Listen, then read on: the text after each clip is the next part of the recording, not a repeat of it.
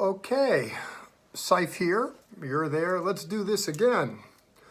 Give it another shot. Now, it seems to me the lighting's not ideal, and I'm sorry for that. It's dark here.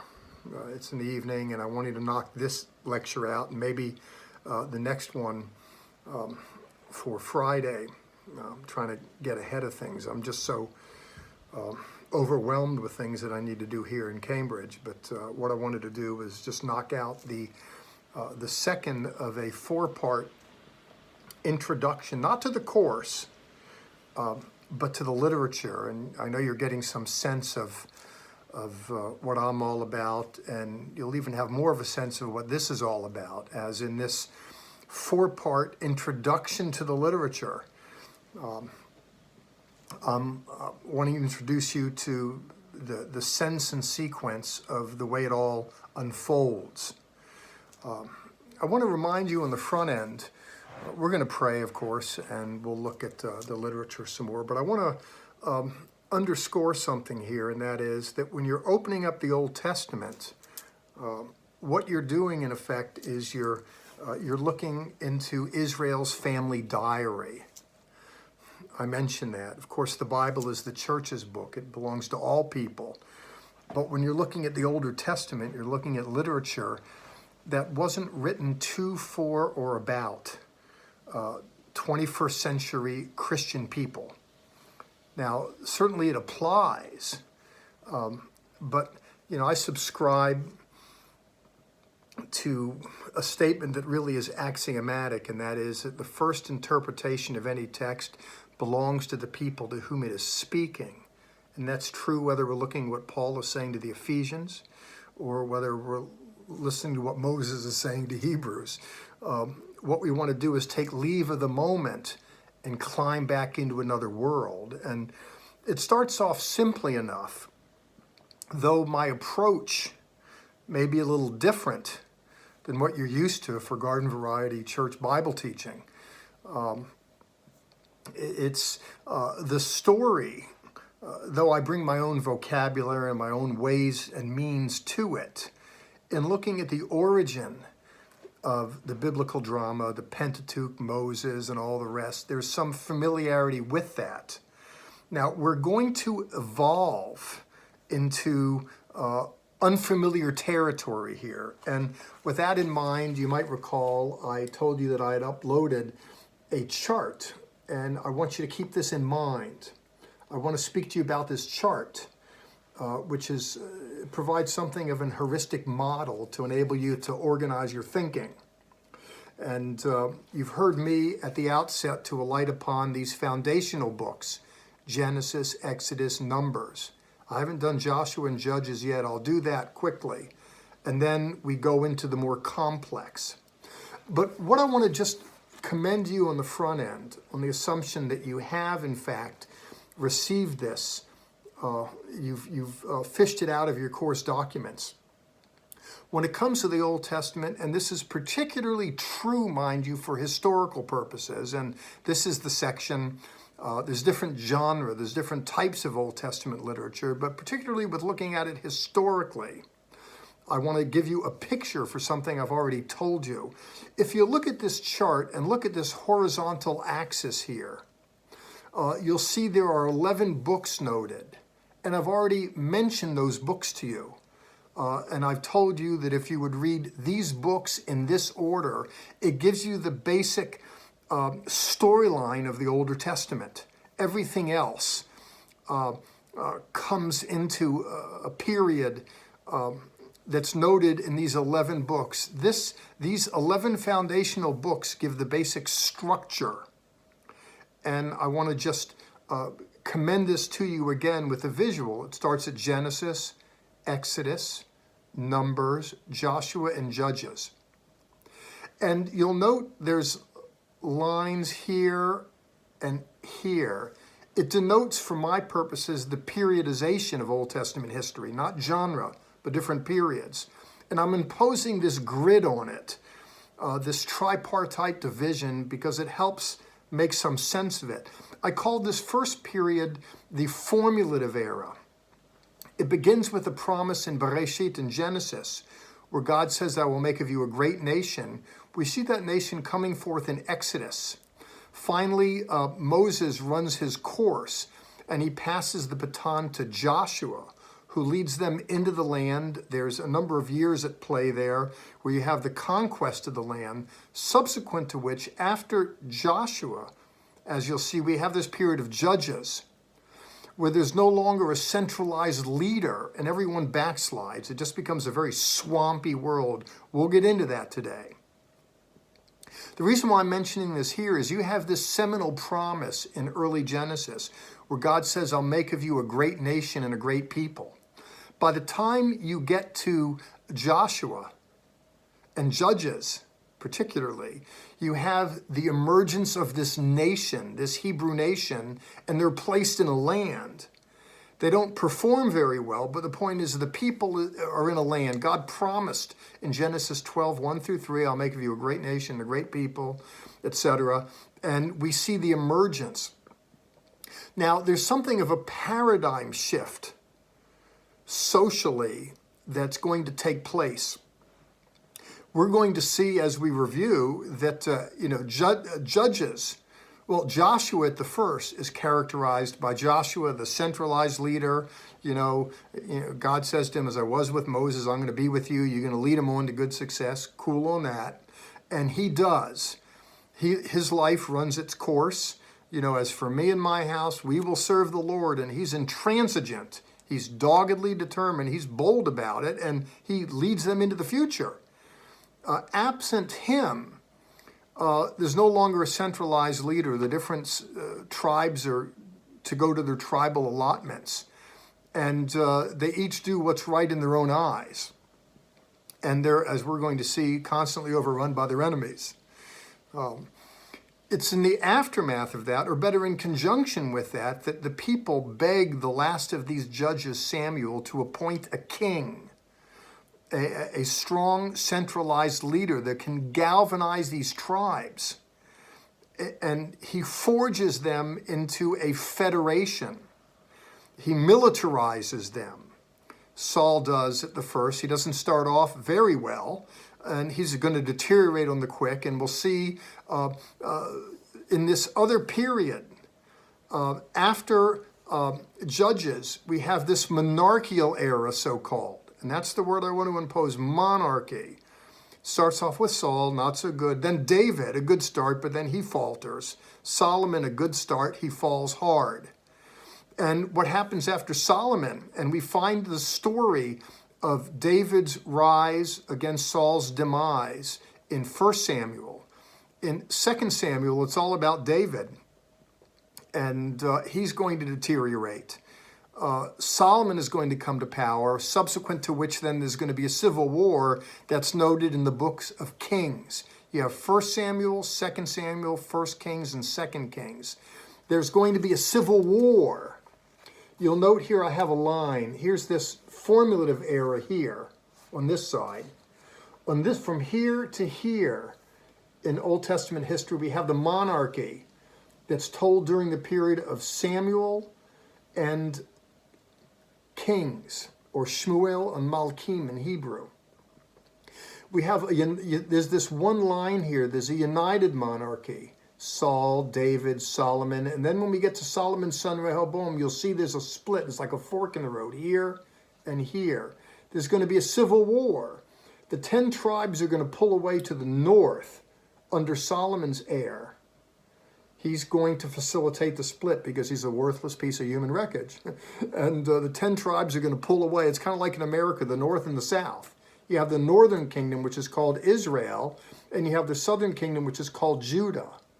Eventually, Israel is going to be destroyed in 722, 721 BCE, and Judah is going to be annexed as a Babylonian holding in 605, thereabouts, and eventually it's going to crumble in 586 BCE with the destruction of the temple.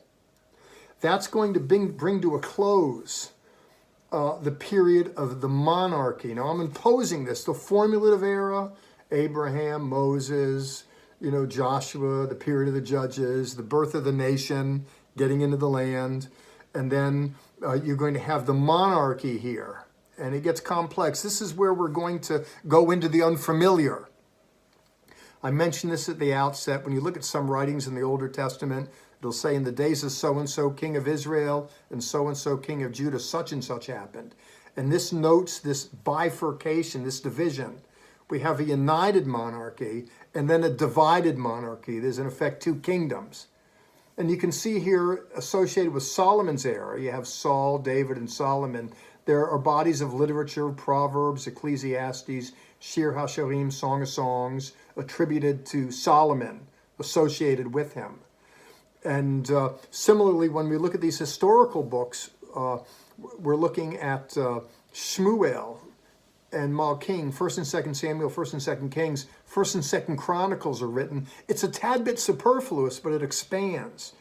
If you look at 1st and 2nd Kings, it's going to tell us about the kings of both the north and the south. The chronicler who writes Chronicles, however, speaks to, for, and about the issues in the southern kingdom. The southern kingdom is going to come to an inglorious end with its being overrun by Babylonia. And then you have a break. You see space here, exile. Space, exile. After the exile runs its course, eventually Judeans are going to be able to come back to the ancestral homeland under Ezra and Nehemiah, Ezra and Nehemiah. In the Hebrew Bible, originally these were one book. And but I'm good to go to divide it. I'm good with the division. Speaking of divisions, let me explain some of these other things here. You already heard me to say it already, but it's good to show it and say it. And you've heard me to say in this lecture so far, in the first 10 minutes, 11 minutes, that we're going to go from the familiar to perhaps the unfamiliar because it gets more complex. You might recall on Monday I spoke to you about the suzerain treaty. God says if you're compliant, that's great. If you're not, that's not. You're going to be punished. And you see how punishment is meted out finally with the complete annihilation of the northern kingdom of Israel and the destruction of Judea. And they're being transported into Babylonia. Now, here's where history becomes an issue, and you've read a little bit about history, and if I can just give you some historical backdrop to the story that you already know and then proceed from there. I'm not holding up a map right now, I'm just simply holding up a chart. But if you look at the beginnings of the story with Abram, people say Abraham was a Jew. No, he wasn't. He was a Hebrew. He was from Ur of Chaldee, modern Kuwait. He makes his way along the Fertile Crescent. The family settles down in Syria. He goes down then into Canaan proper. But eventually he's going to be waylaid, and the whole of the tribe is going to be waylaid in North Africa, in the land of Mitzrayim, in Egypt. From Egypt, they're going to make their way back finally under Moses, and then with Joshua more fully into the land. They're going to make their way back to Eden, if you will. That is the Holy Land, the Promised Land. But it's important to understand that when you're looking at the Hebrew people, you're looking at a small group of people, all things considered. It's amazing Jews have been around that long as we have, thousands of years. The reason why I say that is if you look at Judea on a map, and you've heard me to say already, it's this patch of land that connects North Africa, Asia, and over into Europe. And these nations are running through it, overrunning it, and developing suzerainty over it. I mention that because when you speak of history, and this is where it gets complex, if you look at Abraham's leaving to go on the journey to Canaan, this is at a time when the Elamites are pressing from the east on Ur, and there's migrations. He goes over Egypt, he makes his way into Canaan, and once the tribe gets to Canaan, there are all these different people groups there that are going to be contended with. But then there'll be larger empires that overrun. I mention that because in order to understand the Old Testament, not only do ancient Near Eastern studies come into play to understand ancient Assyria, Elam, and Egyptology to speak about what's happening in North Africa. But similarly, when you're right there in Canaan proper, there are these world powers that rise and fall that factor into things that are happening in the Older Testament. For example, Assyria is going to arise. And I remember, I'm in England right now. I remember, over 30 years ago, I was here, and at the London Museum, the British Museum, I looked, they have a beautiful exhibit on Assyriology, ancient Assyria. And it's Assyria that comes and swoops down and destroys the northern kingdom. And these prophets warn about that. Listen, they say, look, you have to live up to the terms of the covenant. If you don't, you don't do it, God's not going to protect you. And he doesn't. He lets them be annihilated. Assyria is part of the biblical drama. What's going to happen with Assyria, however, is that eventually Assyria is going to be gobbled up by Babylonia.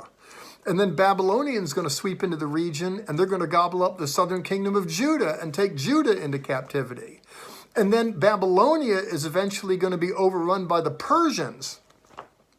And with the Persians, there's going to be a new state policy, and they're going to allow the Hebrews to return back to Judea if they want to and rebuild.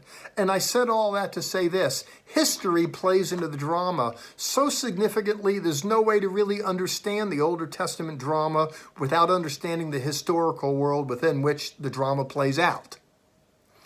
I liken it to a production. You can have a play at the stage of Christ for the Nations Institute.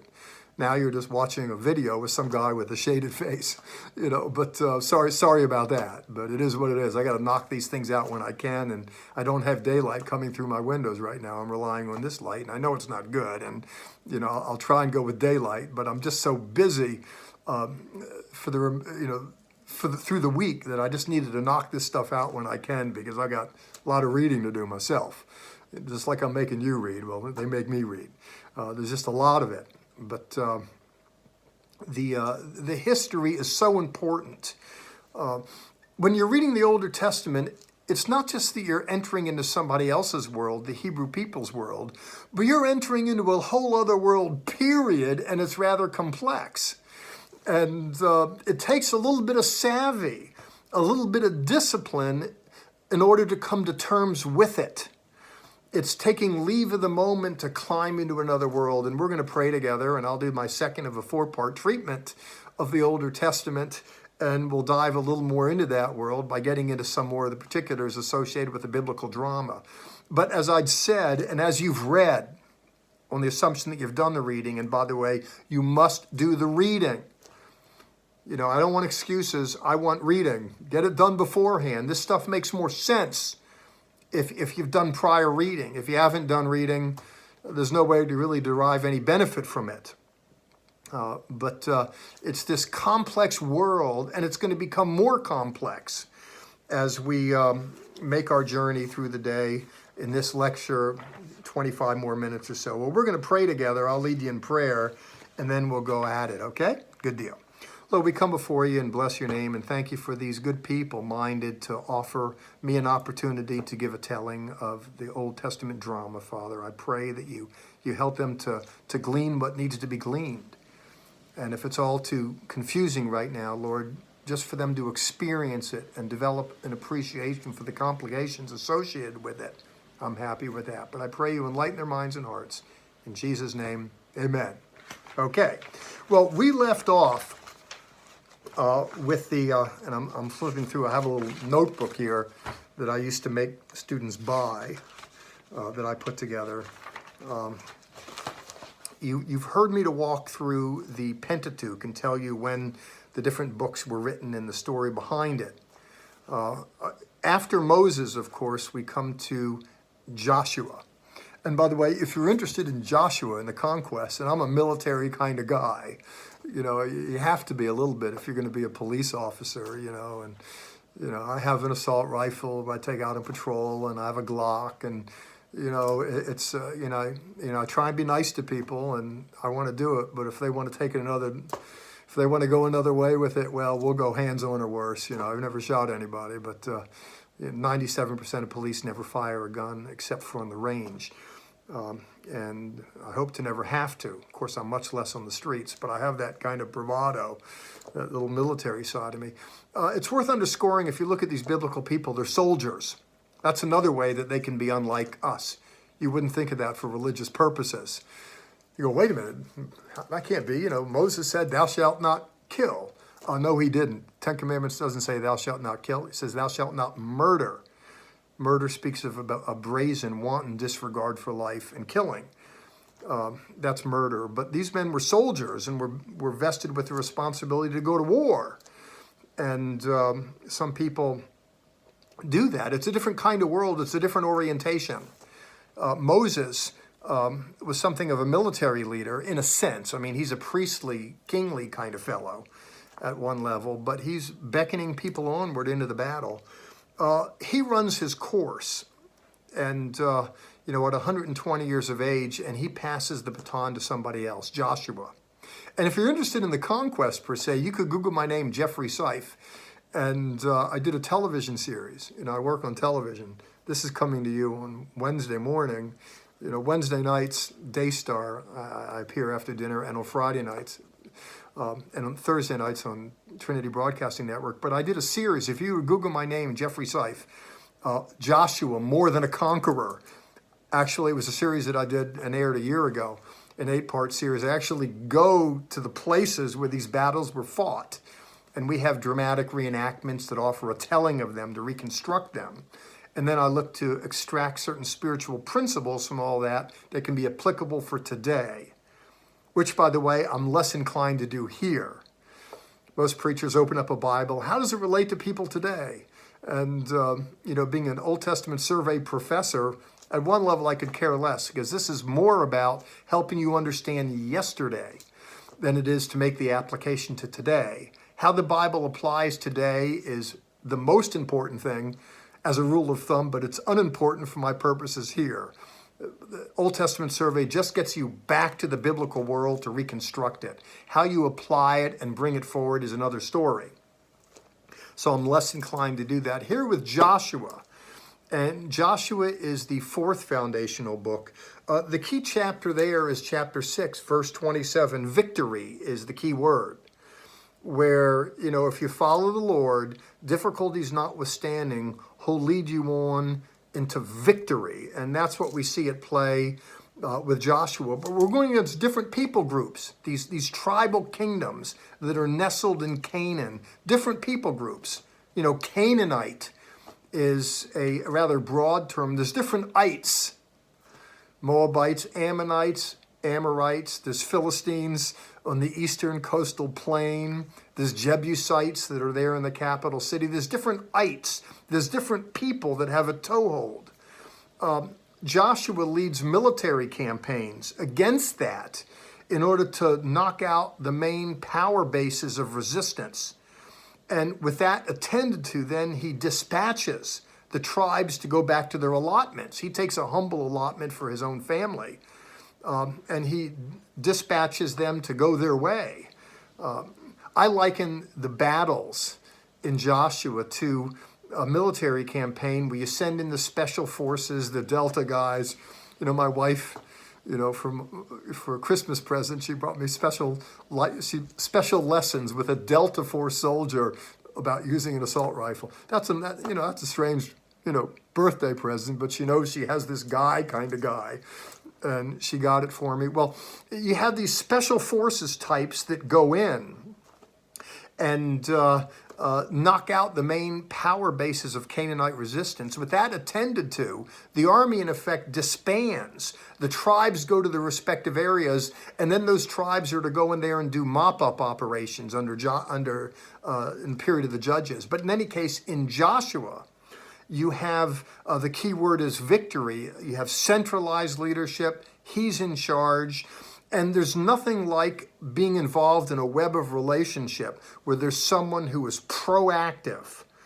It's like there's a verse in the Corinthian correspondence, where Paul says, wives, how do you know if you won't save your husbands?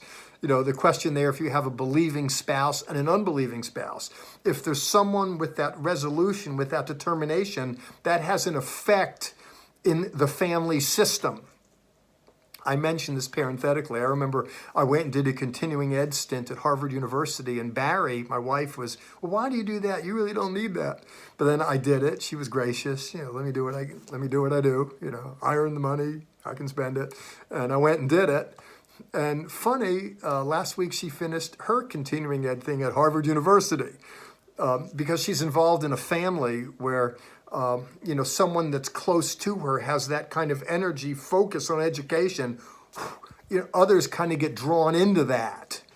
And it's like that, not with someone who's yelling and screaming like a fanatic, but someone who internally has a certain kind of religious disposition. It has the net effect of inculcating that into others. Similarly, if you have an executive coalition, a family, and a husband and a wife, we set the pace and we do it, and it has a way of getting into the next generation eventually. I'll just mention this parenthetically, that I saw a study in Europe, about, I'm sure there's issues associated with children growing up and they're raised in a Christian home and then they become teenagers and they take leave of it all. They go off to college somewhere, not CF&I, but they go off to college and they just forget all about their Sunday school lessons. I put it like this: you can have a young man, I can spend 18 years to raise a guy, he meets the wrong girl, that'll all get undone in about 18 seconds. I know guys are stupid. And there go the Sunday school lessons. But I saw an interesting study. If it's the male in the family, the husband and the wife, unfortunately, we live in a world today, it's arguably the woman who's the more doggedly determined in too many cases. But if the man has that biblical resolution, that has a more positive effect even for the children in the future. It's not to say when they hit adolescence, they won't get a little wobbly, but there is this returning. There's nothing like a man in a family system who, like Joshua, is going to say, as for me and my house, we will serve the Lord. Now here I'm getting kind of preachy, and I said I wouldn't do it. Well, what I want you to know about Joshua records it's about 5 to 7 years of the actual conquest of Canaan. It's how long it takes. And the purpose of the book is to record the land's conquest and demonstrate God's faithfulness to his word. Against all odds, that he does it. Joshua dies, and as I've mentioned on too many occasions already, that things go bad afterward. You no longer have that resolve, that centralized personality. And if you would read Judges chapter 2, verses 11 through 19, you'll read it. In fact, open your Bibles now to it. You'll see where the author gives voice to the fact that, everyone turned away and everyone did what was right in their own eyes. They forsook the law of Moses. And as a result of it, they lost that protection. And the net result is they were overrun by their enemies. You see this interesting thing at play in Joshua and Judges. Joshua serves the Lord, and the Lord gives him good success as a result of it. And when you see failure, it's because of disobedience. But what's clear theologically, when you look at the literature, is that if you serve the Lord, you're going to have success at the end of the day. By way of contradistinction in Judges, they lose interest. They get bored. They do something else. They cast the law behind their backs, and they get overrun by these various peoples, and they're afflicted. And they cry out, "Oh God, help, help, help." And God does. He raises up a deliverer, a judge, which is why it's called Judges. And these judges, by the way, at various levels, are not particularly impressive. He uses interesting characters, and we'll get to that when I take an x-ray of the book of Judges more deliberately. All this is just by way of introduction. What happens, these various ites, these various regional peoples overrun, and he raises up judges, and they're able to be delivered. But then when the judge dies, they all go back to their wicked ways, and they get overrun again, over and over and over again, 332 some odd years. It's a mess. Finally, the last of the judges, Samuel, his sons are worthless pieces of human wreckage. And one of the reasons why they want a king, and I mentioned this earlier, the people, they want a king. And that's the key word, by the way, for 1 Samuel, king. You'll see in chapter 8, verse 5, they call out for a king. One of the reasons why they did it was because they thought, well, maybe if we could be galvanized into a federation, united we stand, divided we fall. We'll have more manpower to throw against these enemies that are coming at us. It used to be someone's attacking the tribe of so-and-so, a tribe 100 miles away says, that's their problem, that's not mine. But when you have a king, you can bring force of arms together from all the different tribes. if you can imagine, there would never have been an American Revolution if there were just 13 colonies, because no one of those colonies could handle the British. I don't want to speak too loud. My window's open, and here I am in England, but we won. But it wouldn't have happened. King George is way too strong. But by virtue of the tribes uniting, then you have different soldiers coming from different tribes that can begin to throw themselves against the troubles of the day. And the people were hoping for that. But another reason why they wanted a king is Samuel's kids were so pathetic, they didn't want their boys to be ruling over them. They didn't want their leadership. In any case, when you get to 1 Samuel, they call out for a king, and you see Saul initially, prima facie, face value, he looks like he's made of the right stuff, has a very command presence, he's tall, and it's interesting, by the way, people equate height with leadership. So when you have these presidential debates, when they're at the podium, their torso in relationship to the dais looks equivalent. If one looks shorter than the other, it telegraphs subtly weakness. At least that's the way people perceive it. Now, Napoleon wasn't very tall, so there's exceptions to the rule. But the point is, if you look at the literature, Saul is represented as being very stately, and he looks like he's made of the right stuff, but he has the wrong kind of interior. He's too into being the king. Sometimes people with power, they don't carry it well. They get too into having power.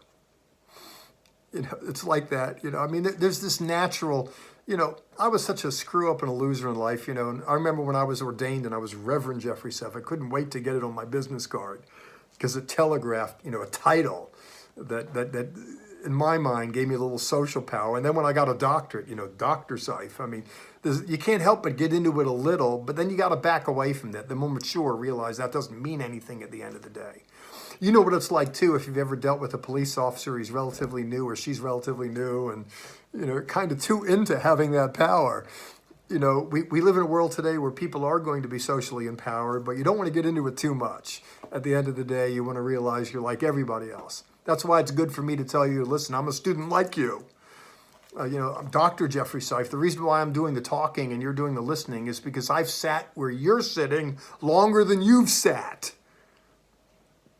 You've been there for a couple of days, let's say. Well, my educational career went from 27, for many years. I finished my last degree really 10 years ago. So you figure it's decades, it's years, hours and hours and hours. And if I'm making you read a book, well, hey, people made me read. And if I'm asking you to listen to me, well, hey, other people have asked me to listen to them. And, I'm doing this not because I'm better than you, but because I've been doing this longer than you. And I like to think of myself as a fellow student. Now, if you get in my face and want to be adversarial, well, then I'll remind you I'm a doctor. I'll use power if I need to, but it's not the preferred mode. I mention that, not that this is a class about me, but Saul was too into it. It was his nemesis, his own undoing. The seeds of our own demise are resident within all of us as human beings. And you can see Saul deteriorating on the quick. Now, David had a different kind of disposition, a man after God's own heart. You can see it with his song, with his worship, with his overall spirit. There's a kind of humility there. But David, he's going to blow it too, but not in 1 Samuel. In 2 Samuel, by the time we're into 2 Samuel, David has come into his own.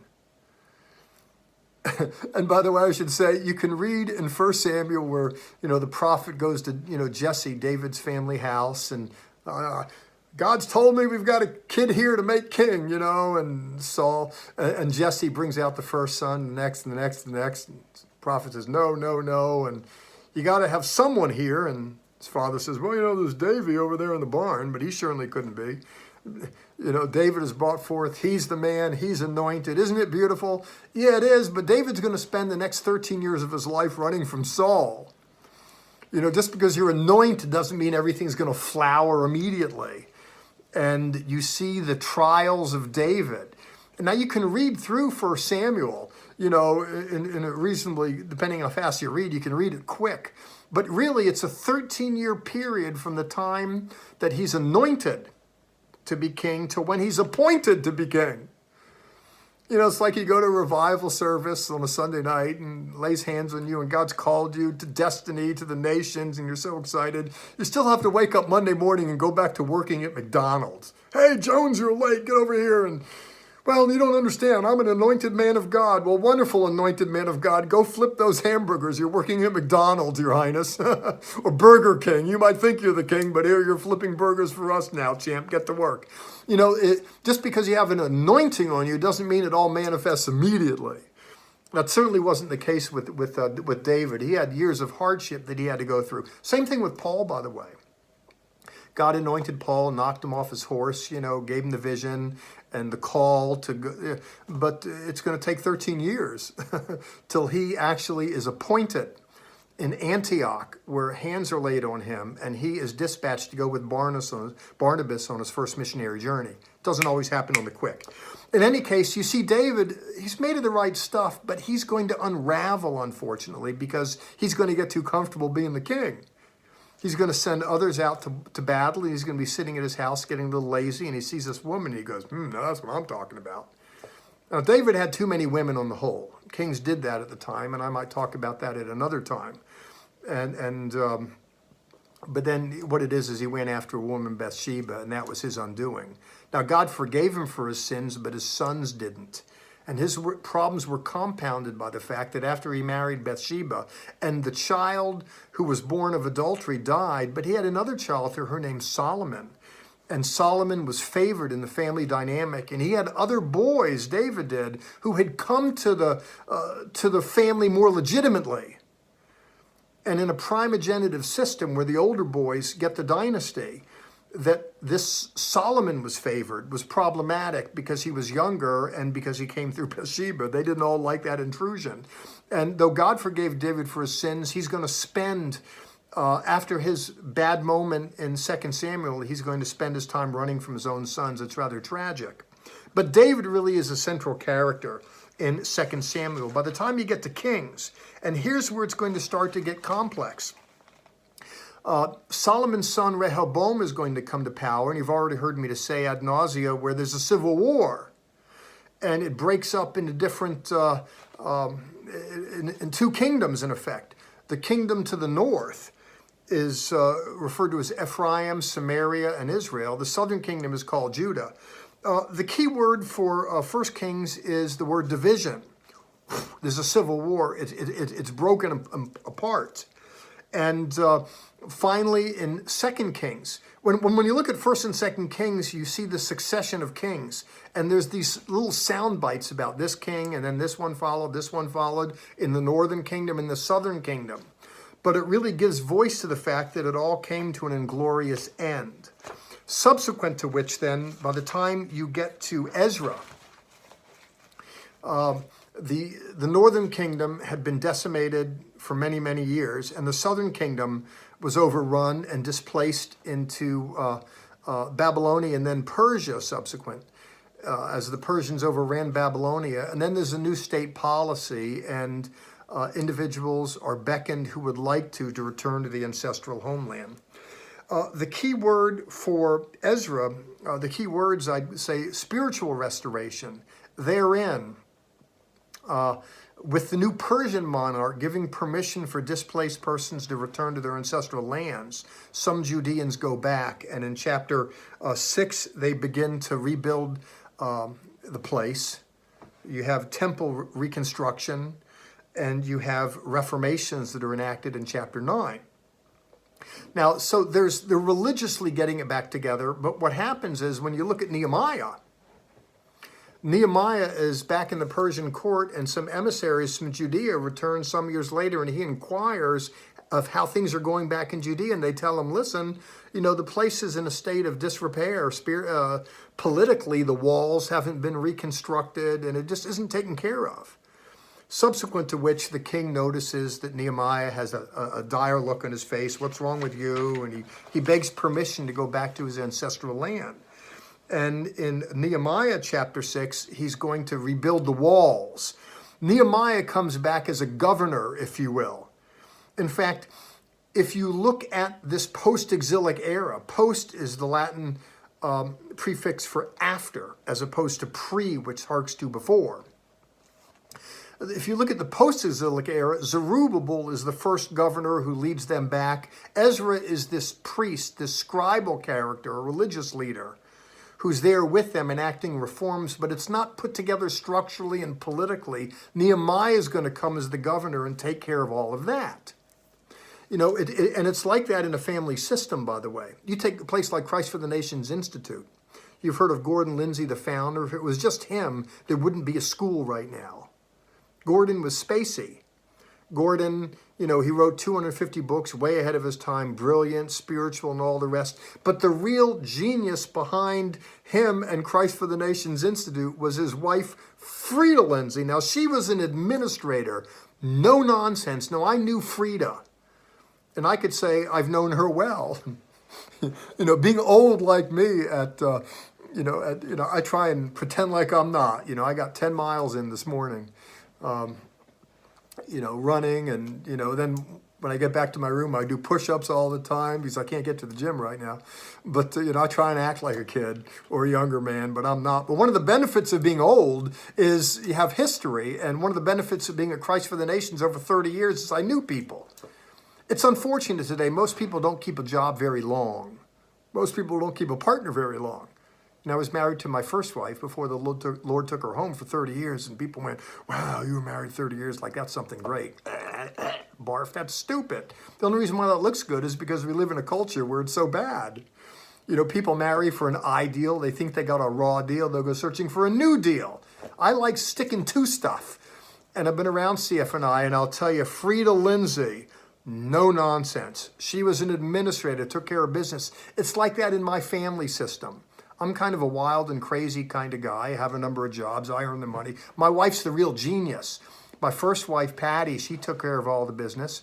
And Barry, my wife now, she has a PhD in biblical studies too, but she also has a master's degree in business administration.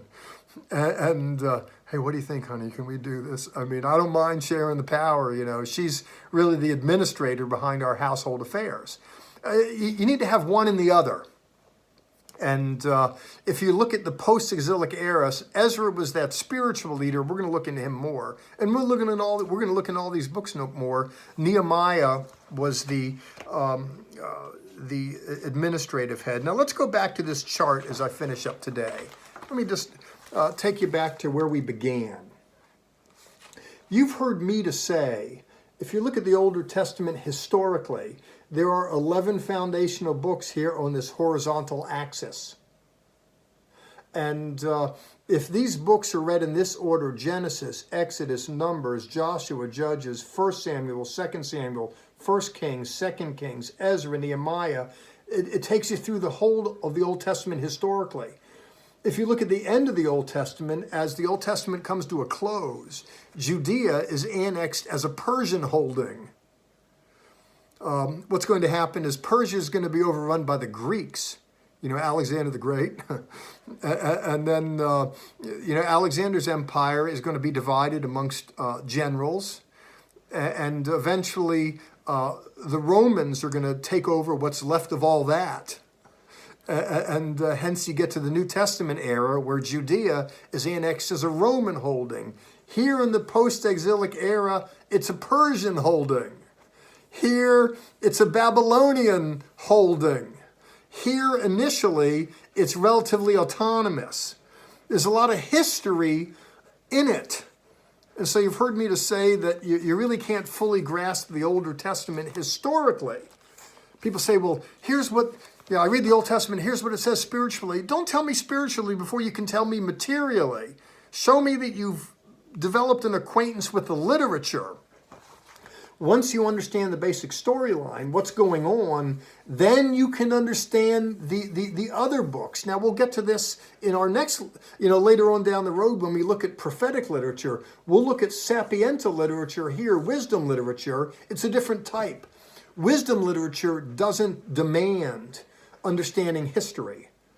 And we'll look at the wisdom literature, Proverbs, Ecclesiastes. It's just, insights for living from an Old Testament perspective.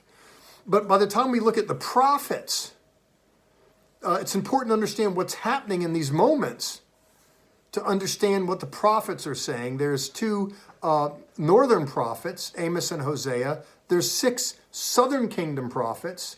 There's 3 foreign prophets. There's 2 prophets in the exile, Ezekiel and Daniel, and there were 3 post-exilic prophets, Haggai, Zechariah, and Malachi. There's no way to understand these prophetic words without understanding the world within which they ministered. And that means paying attention to what's happening in the biblical drama as well as what's happening in the larger world. Welcome to my world. There's much more to say, but we'll do it on another day. Till then, God bless. Ciao. Talk to you later.